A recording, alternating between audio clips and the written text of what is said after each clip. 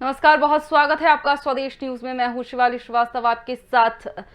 Corona की दूसरी लहर ने कई परिवार उजाड़ दिए हैं। कई बच्चों के सिर से उनके माता पिता का साया उठ गया, तो वहीं कई माता पिता अपने बच्चों को खो बैठे। इस बीमारी के चलते कितने ही बच्चे अनाथ हो गए, इसकी कल्पना भी करना मुश्किल है। कोरोना ने जिन बच्चों से उनके माँ पिता छीन लिए, उनके लिए अब सुप्रीम कोर्ट ने चिंता व्यक्त की है। सुप्रीम कोर्ट ने राज्य सरकारों को आदेश दिया है कि अब ऐसे बच्चों की जिम्मेदारी राज्य सरकारें निभाएं। बता दें, मध्य प्रदेश पहले ही ये कदम उठा चुका है, जिसमें कोरोना काल में अनाथ हुए बच्चों को हर महीने 5,000 पेंशन, फ्री राशन और पढ़ाई का खर्चा राज्य सरकार वहन करेगी, जिसकी तारीफ महाराष्ट्र सरकार ने भी की। वहीं दिल्ली, आंध्र प्रदेश, उत्तर प्रदेश भी ऐसे राज्य बने जिन्होंने बच्चों की जिम्मेदारी ली है। इसी पर करेंगे आज चर्चा, लेकिन उससे पहले आपको समझा दें कि क्या कुछ कहा सुप्रीम कोर्ट ने। सुप्रीम कोर्ट ने राज्य सरकारों को तत्काल अनाथ बच्चों की लिस्ट बनाने को कहा है, जिसके बाद उनकी जिम्मेदारी राज्य सरकारें उठाएं। सुप्रीम कोर्ट ने अनाथ बच्चों की चिंता व्यक्त की है। सुप्रीम कोर्ट ने सरकारों को निर्देश दिए हैं कि जल्द से जल्द इसकी रणनीति पूरी तैयार करें, जल्द से जल्द इसकी लिस्ट बनाई जाए और उसके बाद राज्य सरकारें जो हैं वो इसकी जिम्मेदारी उठाएं। हमारे साथ इस खास प्रोग्राम में चर्चा के लिए ब्रिज त्रिपाठी जुड़ गए हैं। सदस्य हैं CWC की। सत्येंद्र पांडे हमारे साथ जुड़े हुए हैं, कार्यक्रम प्रबंधक हैं निवसीड बचपन के। वहीं ब्रजेश चौहान भी हमारे साथ जुड़े हुए हैं, सदस्य हैं बाल अधिकार संरक्षण आयोग मध्य प्रदेश के। बहुत बहुत स्वागत है आप तीनों का स्वदेश न्यूज में। जी धन्यवाद। जी धन्यवाद। ब्रजेश जी, सबसे पहले मेरा आपसे सवाल, जिस तरह से अब सुप्रीम कोर्ट ने भी चिंता व्यक्त की है, कोरोना काल ने न जाने कितने ही बच्चों को अनाथ कर दिया, न जाने कितने ही बच्चे आज भी अपने माता पिता की राह देख रहे हैं, तो ऐसे में कितनी अच्छी ये पहल आप कहेंगे? निश्चित तौर पर जो सुप्रीम कोर्ट ने चिंता व्यक्त की है, उससे पहले ही हमारी संवेदनशील सरकार ने, संवेदनशील मुख्यमंत्री जी ने इस विषय में निर्णय ले लिया है और ये बहुत ही सार्थक पहल है, बहुत अच्छी पहल है। और जी हेलो जी सर, आपको मेरी आवाज आ रही है? हाँ, आ रही मैडम जी, बताइए। जी सत्येंद्र जी, आपसे भी मैं इस पे पहले तो एक ओपनिंग कमेंट लेना चाहूंगी कि जिस तरह से अब सुप्रीम कोर्ट ने भी निर्देशित कर दिया है, आदेश दे दिया है राज्य सरकारों के कोच की जल्द से जल्द जिम्मेदारी इस चीज की उठाए, लेकिन मध्य प्रदेश ने ये कदम पहले ही उठा लिया था।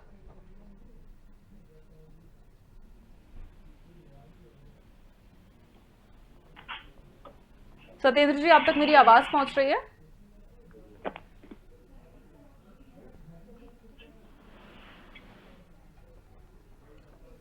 ठीक है, सत्येंद्र जी से हमारा संपर्क नहीं हो पा रहा है, थोड़ी देर बाद उनसे जुड़ने की कोशिश करेंगे। मैं ब्रज जी से पूछना चाहूंगी। ब्रज जी, जिस तरह से लगातार ये अब सुप्रीम कोर्ट ने लगातार चिंता जाहिर की जा रही थी अनाथ बच्चों की तरफ, अब सुप्रीम कोर्ट ने भी आदेश दे दिया है, कानून भी बनाने की अब मांग की जा रही है। जी देखिए, सबसे पहले तो मैं ये कहना चाहूंगी कि जो बच्चे अभी अनाथ हो रहे हैं या हो चुके, उनके लिए कल्याणकारी जो राज्य यानी वेलफेयर स्टेट का कंसेप्ट है, उसमें क्या होता है कि सबकी फिक्र शामिल है, सबका शामिल है। जी, तो कोरोना से माता पिता खोने वाले बच्चों के लिए आर्थिक मदद बहुत जरूरी है, क्योंकि मैं आपका सवाल दरअसल ठीक से सुन नहीं पाई। क्या आप सवाल फिर से दोहरा पाएंगे क्या?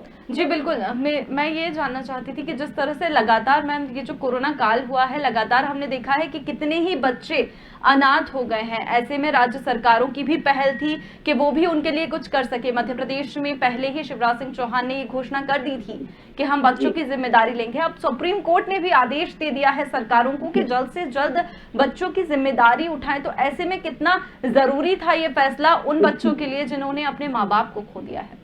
जी बिल्कुल जरूरी है, क्योंकि जिस बच्चों के सिर से माता पिता का साया एक साथ उठ गया हो, उन्हें तो प्राथमिक रूप से पैसों की ही सबसे ज्यादा जरूरत होगी। नो वंडर कि वो डिप्रेस्ड हैं, वो बहुत ज्यादा डिस्ट्रेस भी हैं, क्योंकि ट्रोमा में है। एकदम से माता पिता का साया उठ जाना, तो साइकोलॉजिकल बैलेंस तो उनको चाहिए ही। बावजूद इसके विपरीत परिस्थितियों में आर्थिक मदद भी बहुत आवश्यक हो जाती है।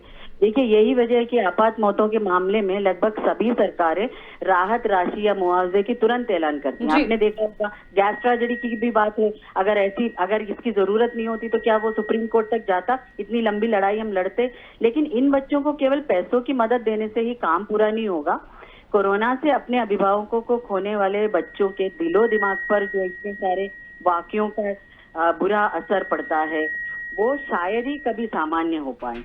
तो बीमारी तो दूर, उसके लक्षणों को लेकर वो फोबिया का अंजाम भी ले सकते हैं। लेकिन इन सबके बावजूद मैं कहूंगी कि आर्थिक मदद बहुत जरूरी है। वो पहला प्राथमिक आवश्यकता है। बाकी किसी भी चीज से हम इनकार नहीं कर रहे हैं कि उनको जितना भी ट्रॉमा से वो गुजर रहे हैं, साइकोलॉजिकल उन्हें मदद की जरूरत है। हम उसके लिए राज्य सरकार भी कर सकती है, साइकोलॉजिस्ट को अपॉइंट करके उनके साथ कुछ सेशंस रखवाए जा सकते हैं। लेकिन इन सब से ज्यादा जो भी उनके परिवार में लोग हैं, जो भी दादा हैं, नानी हैं, वो सब उनके साथ एक अच्छा व्यवहार करे तो वो सामान्य हो सकते। लेकिन जो पहला उनको जरूरत है वो है आर्थिक मदद। तो इसमें नॉट ओनली मध्य प्रदेश तो बधाई का पात्र है ही, जो जिन्होंने ऐसा फैसला किया। लेकिन आप देखेंगे Kerala and Delhi have already announced various plans to take care of long term interest. Andhra तो 10-10 लाख की एफडीज करा रही है। तो कोई भी छूटा नहीं है, कोई भी राज्य सरकारों ने इसके लिए पीछे कदम नहीं हटाया है। अब तो एनसीपीसीआर ने भी they have asked all states and union territories to upload a data of children who have lost their either one parent or both the parents। तो क्या होगा, एक डेटा इकट्ठा होगा और हम इसमें ज्यादा अच्छे से काम कर पाएंगे। जी बिल्कुल। ब्रजेश जी, जिस तरह से लगातार ये जो अब जिस तरह से राज्य सरकारें भी इसके लिए चिंता जताई है, सुप्रीम कोर्ट भी अब चिंता जता चुका है, लेकिन कितना चुनौतीपूर्ण ये होता है, क्योंकि जिस तरह से हम देख रहे हैं कि एक मिनट जो है बच्चों के लिए काफी मुश्किल और असुरक्षित होता जा रहा है ऐसे समय में, और लॉकडाउन भी लगा हुआ है। ऐसे में आपस में संपर्क करना, सब कुछ सूचीबद्ध करना, समयबद्ध करना कितना मुश्किल है? बिल्कुल, निश्चित तौर पर थोड़ा सा चुनौतीपूर्ण है, लेकिन असंभव नहीं है जी। हम आपको ये जानकारी दे दें मैडम कि सबसे पहले मध्य प्रदेश बाल आयोग ने बिल्कुल 4 मई को एक पत्र लिखा इस घोषणा से पहले, और हमने उसमें सभी जितने भी जिले थे हमारे, उनके WCD यानी DPO जो होते हैं, जिला महिला बाल विकास अधिकारी, उनसे हमने पहले ही इन संक्रमित बच्चों, इन कोरोना से जो महामारी से जिनके माता पिता खो चुके हैं, जो अनाथ हो गए, जो देखरेख की श्रेणी में आ गए हैं, उन बच्चों की जानकारी हमने पहले ही मांगी हुई है। अब सवाल ये उठता है कि निश्चित तौर पर संवेदनशील सरकार हमारी है और उसने ये एक महत्वपूर्ण बाल कल्याण योजना की घोषणा की है। लेकिन सवाल ये उठता है कि घोषणा तो ठीक है और योजना भी बन गई है, लेकिन इसका इम्प्लीमेंट कैसे होगा, ये सबसे बड़ा सवाल है। तो इम्प्लीमेंट के लिए इस पर लगातार हम नजर बनाए हुए हैं। दूसरी बात यह कि अभी तो ऐसे बच्चों की जानकारी एकत्र की जा रही है। अब इसमें दूसरी बात, समस्या ये है, चुनौती ये है कि ऐसे बच्चे जिनके माता पिता इस कोरोना महामारी में खो चुके हैं, कभी कोई एक सिंगल यानी एक माता या पिता भी खो चुके हैं जी, जो देखरेख की श्रेणी में आ गए हैं, उन सभी की मदद हमको करना है। उन सभी के शारीरिक, मानसिक और शैक्षणिक विकास की चिंता मध्य प्रदेश की सरकार को करना है, आयोग को करना है। तो हम ऐसी जानकारियां भी जुटा रहे हैं कि किसी बच्चे की अगर सपोज करो माता खोई है, पिता खोया है, या उसने अपने परिवार का मुखिया खोया है, तो वो कैसे न कैसे इस योजना में उसको लाभ मिल जाए। दूसरी बात, अदर स्कीम से, कोई और स्कीम से हम कैसे उसको जोड़ सकें। जैसे हमारे पास एक स्कीम और है, स्पॉन्सरशिप योजना, जिसके तहत भी हम बच्चों को 2000 रुपए की राशि दे सकते हैं जी। वो भी हम कोशिश कर रहे हैं कि ऐसा सर्वे, हमें ऐसी जानकारियां प्राप्त हो जाए। जैसे अभी टेंटेटिव जानकारी हमें जो मिली है, मैंने लगभग अभी 10 जिलों में बातचीत की है, जो बातचीत के आधार पर जानकारियां मिल रही हैं, वो लगभग 1500 बच्चे ऐसे हैं जिनने अपने सिंगल माता पिता खोए हैं या वो देखरेख की श्रेणी में आ गए हैं। अभी जो दोनों माता पिता यानी माता और पिता जो दोनों स्थिति में जो दोनों खोए हैं, वो ऐसे बच्चों की संख्या नगण्य है, कम है, लेकिन सिंगल पेरेंट्स की संख्या बच्चों की ज्यादा है जी। अब इसमें हमें ये भी देखना है, ये भी हमारे सामने एक चुनौती है कि बच्चों को उचित समय में यानी जल्द से जल्द उस लाभ को पहुंचा जाए, यानी पहुंचा दिया जाए, वो लाभ उस तक, उसके अधिकार सुरक्षित हो जाए, उस अधिकार को हम उस तक पहुंचा दें। कैसे हम उन बच्चों को जल्द से जल्द इन बाल कल्याण योजना का लाभ, स्पॉन्सरशिप स्कीम का लाभ कैसे हम दे दें, इसके लिए लगातार हम मॉनिटरिंग कर रहे हैं, अधिकारियों से बातचीत कर रहे हैं कि आप अपना SIR रिपोर्ट बनवाइए, जल्द से जल्द एफआईआर रिपोर्ट बनवाने के बाद ये तय कीजिए कि कौन सा बच्चा किस श्रेणी में आता है, ताकि उसको तत्काल आर्थिक सहायता सबसे पहली प्राथमिकता मिल सके। दूसरी बात, फिर हमें उन्हें शिक्षा से जोड़ना है। उनके परिवार में हमें तात्कालिक सहायता की बात नहीं है, यहाँ पर चिंता इस बात की है, चाहे सुप्रीम कोर्ट हो, चाहे सरकार हो, चाहे आयोग है, हम सबकी चिंता ये है कि बच्चे की जिंदगी यानी 18 साल तक हम उसको कैसे सुरक्षित कर सके। सबसे बड़ा सवाल ये है। तो 18 साल की योजना ही हमको उस कार्यबद्ध तरीके से हमको सुरक्षित उनके अधिकारों को करना पड़ेगा कि भाई एक साल का या 6 महीने का सवाल नहीं है कि आज हम उस योजना का लाभ पहुंचा दें, आगे भी वो स्कीम से वो लाभ मिलता रहे उस बच्चे को, उसकी पढ़ाई लिखाई जारी रहे, उसका शारीरिक मानसिक विकास होता रहे। ये भी हमारी प्रतिबद्धता है। जी, हमारे साथ सत्येंद्र पांडे जी भी जुड़े हुए हैं। सत्येंद्र जी, सबसे पहले तो इस पे मैं आपका कमेंट लेना चाहूंगी कि जो सुप्रीम कोर्ट ने अब कह दिया है, आदेश कर दिया है कि अब राज्य सरकारें जो हैं वो बच्चों की जिम्मेदारी उठाएं। कोरोना काल में कितने ही बच्चों ने अपने माता पिता को खो दिया है।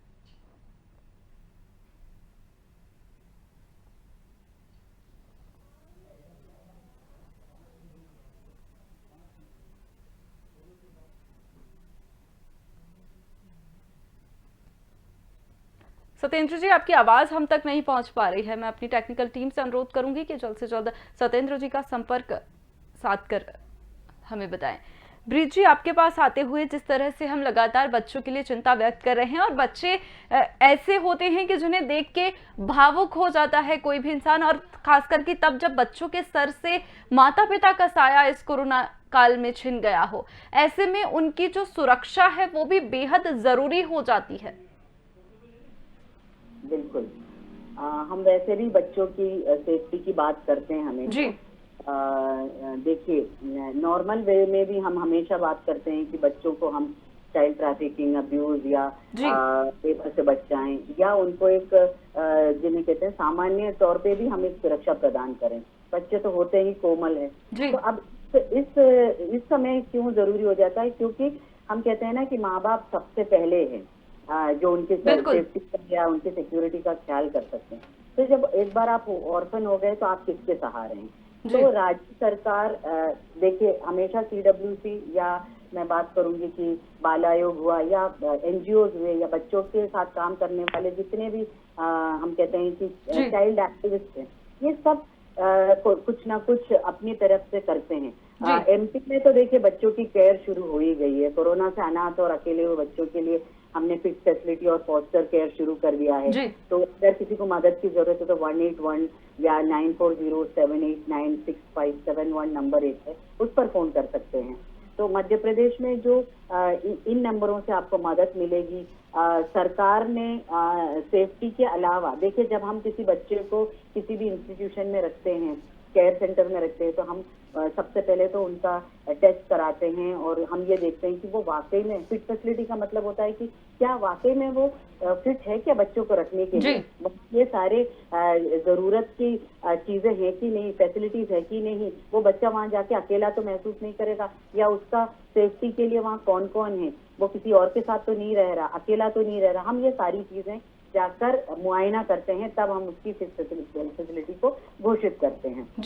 तो ऐसे में उनके जो देखभाल या उनका आश्रय है, या हम कहते हैं पुनर्वास, संरक्षण, इन सबके लिए प्रदेश के सभी जिलों में बालक हो चाहे बालिका हो, इनके लिए हमने फिट फैसिलिटी की व्यवस्था की है। हमने अभी अपने आयोग के साथ हम जाकर हमने ये सारी चीजों से इंस्पेक्शन किया और ये काम हो चुका है।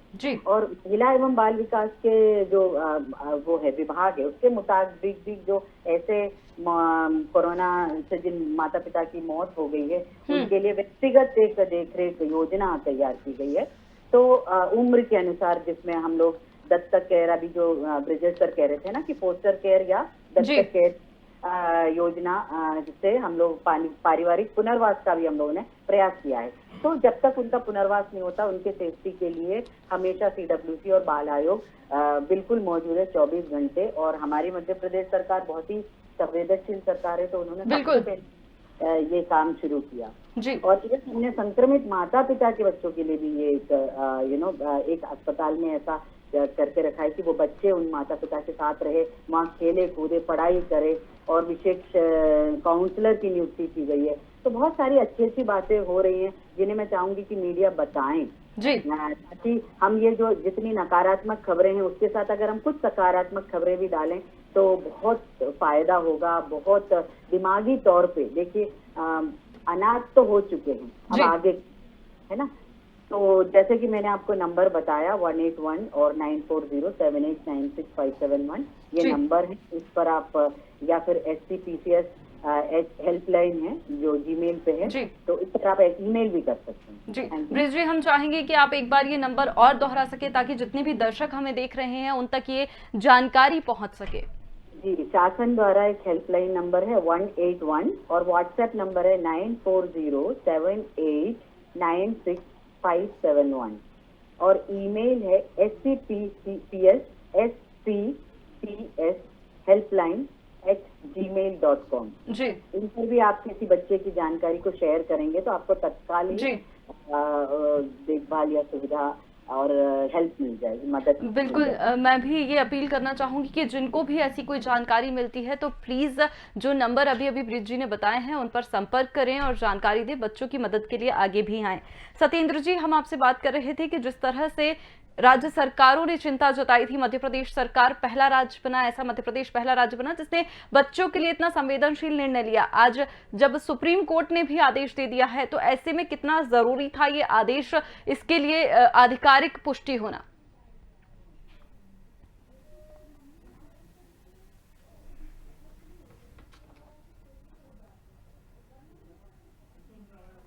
सत्येंद्र जी, आप तक मेरी आवाज पहुंच रही है? ठीक है, सत्येंद्र जी से हमारा संपर्क इस वक्त नहीं हो पा रहा है, हम फिर से जुड़ने की कोशिश करेंगे। ब्रजेश जी, आपसे मेरा सवाल कि भावुकता ऑब्वियस है, जब बच्चों की बात आती है तो बच्चे इतने कोमल मन के होते हैं कि हर कोई भावुक हो जाता है बच्चों के लिए, और जब स्थितियां इतनी गंभीर हों, इतनी संवेदनशील हों, लेकिन ऐसे में कहीं ना कहीं सावधानी की भी बहुत जरूरत है। भावुकता एक तरफ, लेकिन सावधान रहने की भी जरूरत है। लोगों को कैसे जागरूक किया जाए CWC की प्रक्रिया के बारे में अगर हम आपसे पूछे तो?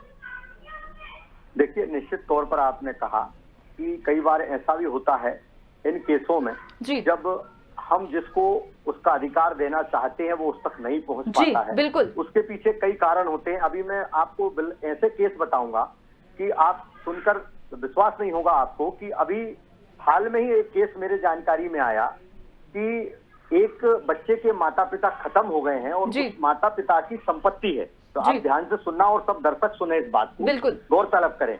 और ये मामला है खरगोन जिले का। जी, वहां पर दो बच्चे थे, दो बच्चे के माता पिता कोरोना महामारी में खत्म हो गए। दादी बची हुई है और उस परिवार में और कोई नहीं है, दादी है और एक चाचा है।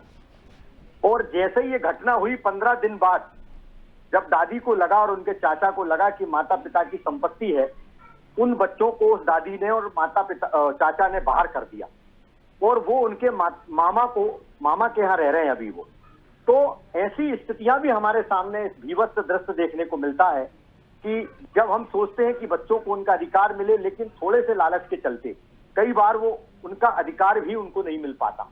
तो हमने मध्य प्रदेश बाल आयोग ने ये भी चिंता जाहिर की है कि जो सरकार की जो बाल कल्याण योजना हो, चाहे वो स्पॉन्सरशिप योजना हो, जी, कैसे उन बच्चों तक सही और उचित समय पर और पहुंच जाए और उनको मिल जाए। क्योंकि इसमें बहुत सारी चीजें ऐसी देखने को मिल रही है कि सपोज करिए कि कोई माता पिता, हर माता पिता अपने बच्चे के लिए सेविंग्स करता है, चाहे वो छोटा हो चाहे वो बड़ा हो। अब कोई बच्चे की सेविंग्स छोड़ के गया है माता और पिता, तो अब उसकी जानकारी किसके पास है? उसके परिजनों के पास है। अब उसके परिजनों ने सपोज करो उसके मन में बेईमानी आ गई तो वो बच्चे को लॉन्ग टाइम नहीं रखेंगे, वो बच्चे को लालच के कारण रख रहे हैं। तो ये भी हमें देखना है, ये भी हमें चिंता करना है कि वो बच्चे का अधिकार वहां भी सुरक्षित हो जाए, जी, कहीं ना कहीं उसको उसका अधिकार पूरा मिल जाए। अब आज की तारीख में उन बच्चों के लिए जिनको बाहर कर दिया दादी ने, अब सपोज कर सकते हैं कि दादी जैसा एक कैरेक्टर, यानी कि माँ, मतलब सबसे अगर माता पिता चले गए तो दादी उसकी सब कुछ है, चाचा उसका सब कुछ है, वो तो सब कुछ मान रहा है कि मेरे सब कुछ है,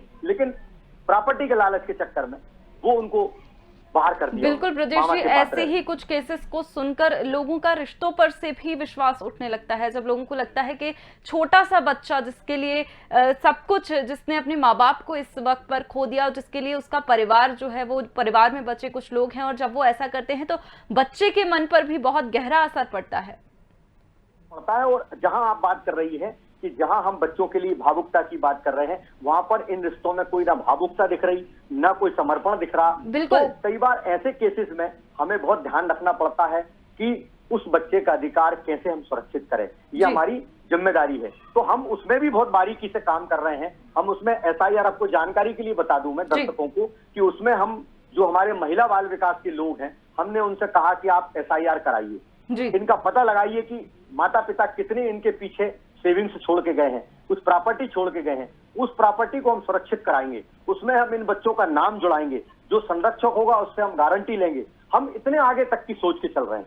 ऐसा नहीं है कि हमें इस बात की चिंता नहीं है, हम पूरा बिल्कुल बारीकी से ध्यान रख रहे हैं। लेकिन निश्चित तौर पर माननीय उच्चतम न्यायालय ने जो चिंता की है, हम उसका धन्यवाद करते हैं। इससे पहले ही हमारी सरकार, यानी हमारे मध्य प्रदेश में पहला राज्य है जब हमारे संवेदनशील मुख्यमंत्री ने इतना बड़ा निर्णय लिया। लेकिन हमारी चिंता ये है कि ये जो योजना है या इन बच्चों को जो लाभ है वो उचित समय पर जल्द से जल्द मिल जाए, ये हमारी प्राथमिकता है। बिल्कुल। हमारे साथ सत्येंद्र जी भी दोबारा जुड़ गए हैं। सत्येंद्र जी, जिस तरह से लगातार बच्चों के लिए जो चिंताएं जताई जा रही थी कोरोना काल में, न जाने कितने ही बच्चे अनाथ हो गए, कोई आधिकारिक आंकड़ा अभी तक सामने नहीं आया है, लेकिन देखा जा रहा है कि कितने ही बच्चे अपने माँ बाप का साया अब दोबारा नहीं मिल सकता जिन्हें। ऐसे में जब राज्य सरकारें आगे आई तो सुप्रीम कोर्ट ने भी अब आदेश दे दिया है। सबसे पहले आपका मैं कमेंट लेना चाहूंगी इस चीज पे।